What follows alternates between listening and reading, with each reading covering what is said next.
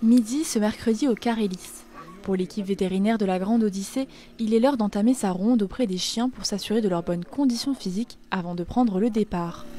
Tu sens comme un espèce de gonflement. Ouais, tu vois il a pas mal, mais oui, exactement. Im, âgé de 9 ans, souffre d'une boiterie au niveau de sa patte arrière droite qui inquiète les professionnels. Après un premier examen sur le parking, le diagnostic est posé grâce à une radio et une échographie. Il faudra qu'on le couche sur son côté sur le côté droit. D'accord.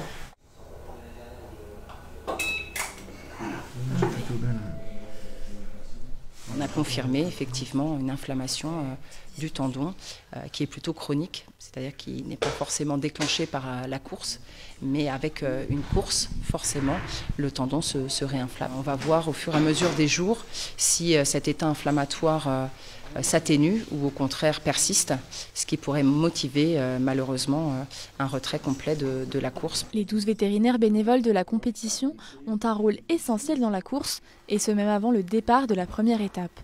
Tous les chiens doivent passer un examen complet le premier jour.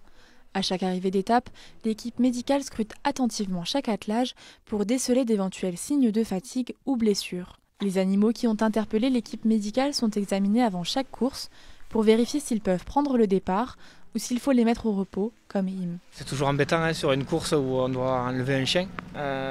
Donc c'était un chien que je savais qui était un peu fragile.